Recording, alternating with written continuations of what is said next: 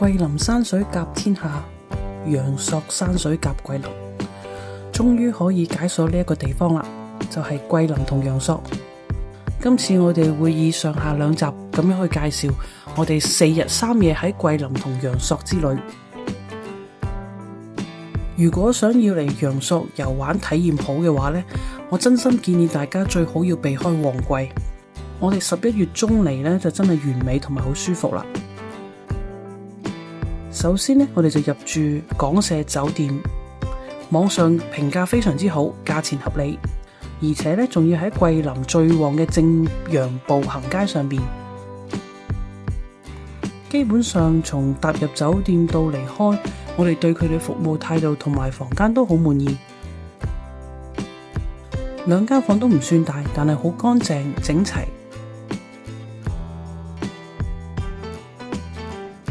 之後到步就梗係要醫肚啦。酒店隔籬呢，有條巷仔，大約行唔夠5分鐘呢，就可以嚟到呢一家睇一睇就知好地道嘅小巷米粉。呢個係我哋第一次真正食桂林米粉，先食粉後飲湯，好好味㗎。提醒一下，桂林嘅辣同四川嘅辣唔係一樣，所以呢就冇一下子加好多辣椒油。因為我哋淨係會喺桂林1日呢，所以我哋稍作休息就出去行街啦。沿住個江走，好舒服，行下行下就去到象鼻山日月雙塔。時間有限就冇買票入去象鼻山啦，係離遠喺出邊睇一睇。對面日月雙塔唔使錢嘅，仲可以租民族服裝影相添。晚上嚟到呢一間雲端餐廳食晚飯。主要嘅目的呢，就係可以睇到夜晚亮咗燈之後嘅日月塔，亦都有人叫佢哋叫金銀塔。餐廳嘅環境啦、服務啦同埋食物都唔錯。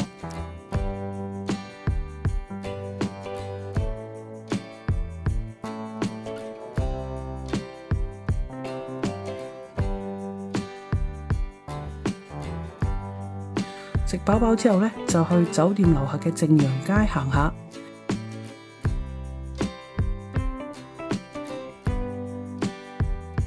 睇到咩都好想買同埋好想試，我覺得桂林嘅消費價格係真係好友好嘅。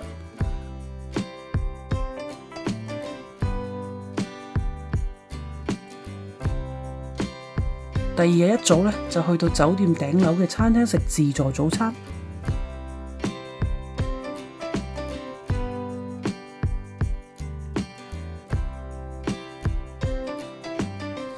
環境好唔錯，仲可以順便去天台度睇下日出同埋景色。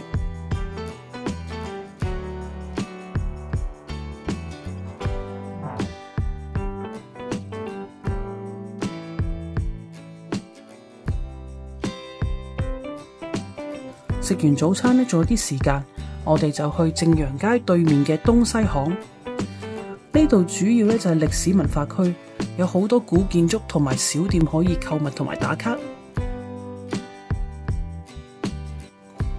東西巷咧就連住靖江王府，可以睇到清代嘅古建築同埋城牆。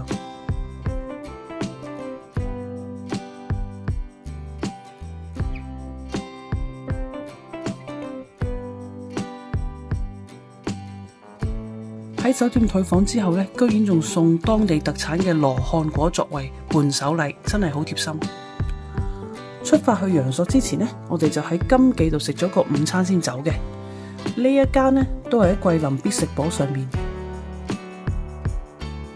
都係桂林地道嘅食物，食物水準可以。